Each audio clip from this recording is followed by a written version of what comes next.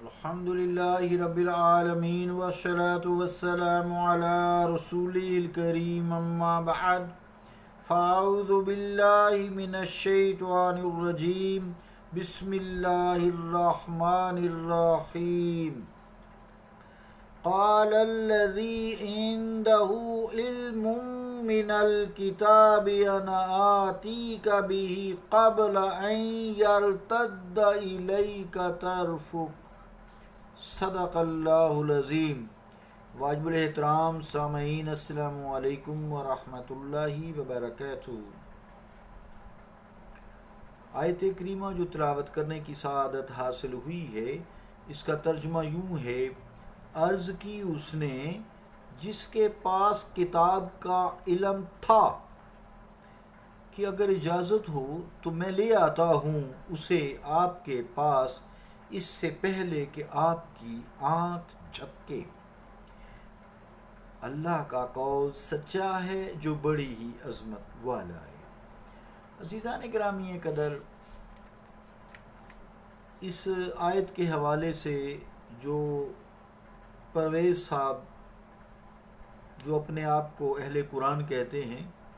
اور احادیث کے منکر ہیں، دائرہ اسلام سے جو حدیث کا منکر ہو وہ خارج ہوتا ہے، اس کے بارے میں گفتگو چل رہی تھی کہ جو انہوں نے قرآن کی تفسیر کی ہے اس آیت کے حوالے سے، اس کے بارے میں گفتگو چل رہی تھی۔ تو اس آیت کے حوالے سے جو انہوں نے عنده علم من الکتاب کی تفسیر کی ہے اور اپنی ذاتی رائے سے کی ہے، وہ لکھتے ہیں کہ ایک سردار نے جسے اس خط و کتابت کا پورا علم تھا، جس کا ذکر بھی کل کیا،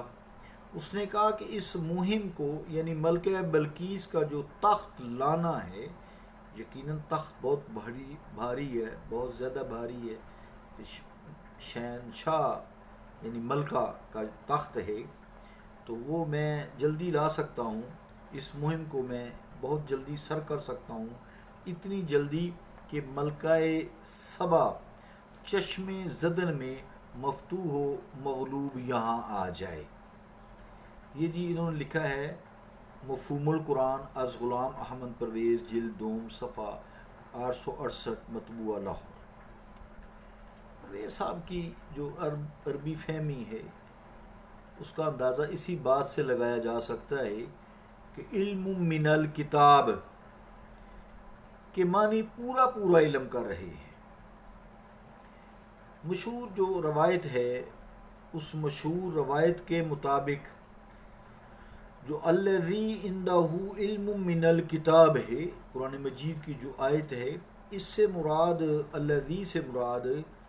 آصف بن برخیہ ہیں، جو حضرت سلیمان علیہ السلام کے وزیر ہیں، اور الکتاب سے مراد جو لوح محفوظ یعنی کتب سماویہ یا صحیفہ سلیمانی ہے۔ ظاہر ہے کہ آصف بن برخیہ کو ان کا مکمل علم تو نہیں تھا، یہی وجہ ہے کہ قرآن مجید نے علم الکتاب نہیں فرمایا، بلکہ علم الکتاب کی بجائے علم من الکتاب، یعنی کتاب میں سے علم کسی بھی بات کا، اور خاص طور سے اس پہ فوقیت حاصل ہوگی، اس علم کے چیز لانے باری برکم چشم زد میں لانے کی۔ تو یہاں جو ہے مراد ہے کوئی خاص علم ہے، نہ کہ سارے علوم ہیں، ان کے پاس کو اللہ تعالیٰ کا خاص اس کتاب میں سے، صحیفے میں سے علم ہوگا، کیونکہ وہ فائدہ دے سکتے تھے، کیونکہ وہ مقام اثبات میں تشخیص کا فائدہ دے سکتے تھے، تخصیص کا فائدہ دے سکتے تھے۔ تو اس بات کا یہ بھی قرینہ ہے کہ یہاں جو ہے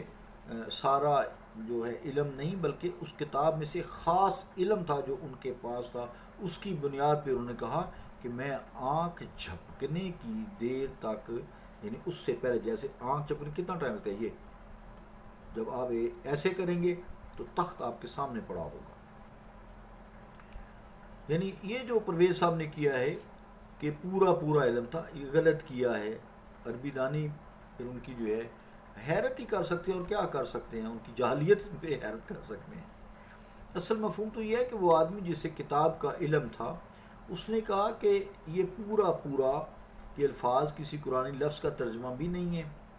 اور پھر عجیب اتفاق ہے کہ پہلا سردار جس کا بھی تو ذکر گزرا ہے، پیچھے میں نے کل ذکر کیا ہے، وہ تو صرف قوی ہیکل اور جاہل تھا،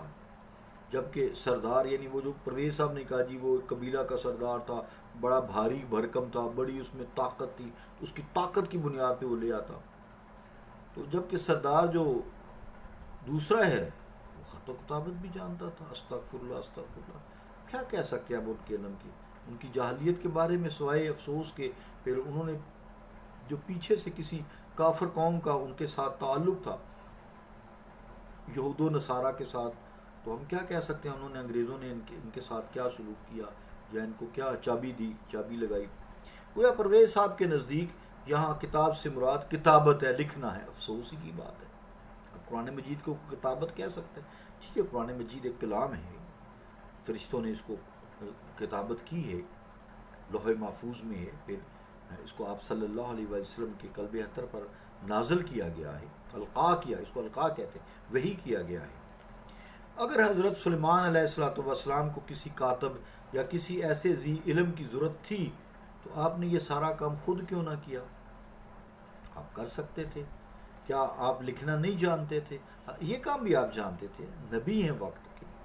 نبی سے بڑھ کر تو کوئی نہیں ہوتا نا، بس ایک جو وزیر ہوتے ہیں انہی کو کام کہا جاتا ہے۔ اور پھر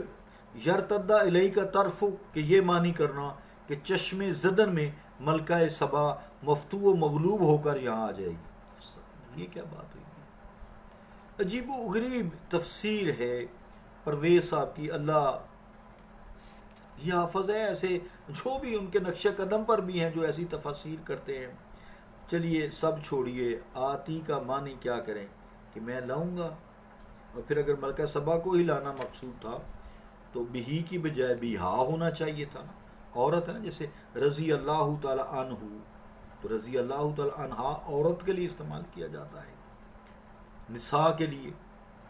بلکہ یہ سبا تو مونس ہے، ملکہ سبا مونس ہے، تو یہاں اللہ تعالیٰ پھر یہ استعمال کر رہا ہے کہ این بہی آتی کا بہی قبل این یرتدہ، بہی کی بجائے بیہا ہونا چاہیے تھا پھر، کیونکہ ملکہ سبا عورت ہے، مونس ہے، لہٰذا یہاں ملکہ سبا کو لانا مقصود ہی نہیں بنتا۔ تخت کی بات ہے، بہی سے مراد تخت ہے، بلکہ اس وقت اس کا لانا تھا جس کا ذکر پچھلی آیات میں بھی جو کیا گیا ہے، جو اس سے پہلے ہے، ایوکم یات یعنی بعرشی ہا، دیکھیں یہاں ہا آ گیا ہے، ملکہ سبا کا ایک تخت ہے تو اس کے ساتھ پھر ضمیر مونس ہی لگے گی۔ اور پھر مفسرین کے نزدیک سلیمان علیہ السلام کو مستقر سے ملکہ سبا اور اس کا تخت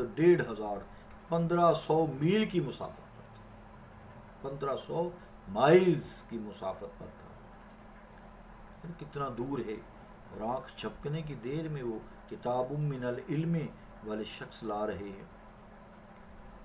عزیزان گرامی کے اندر اس کو ہم جو ہے نا آگے چلائیں گے، ابھی چونکہ وقت پورا ہونے کو ہے، اللہ تعالیٰ ہمیں ہدایت عطا فرمائے۔ معافی چاہتا ہوں، طبیعت ٹھیک نہیں نا ذرا، تو بس اس طرح چل رہا ہے، اللہ تعالیٰ فضل کرے، دعا فرما دیجیے، مہربانی۔ السلام علیکم ورحمۃ اللہ وبرکاتہ۔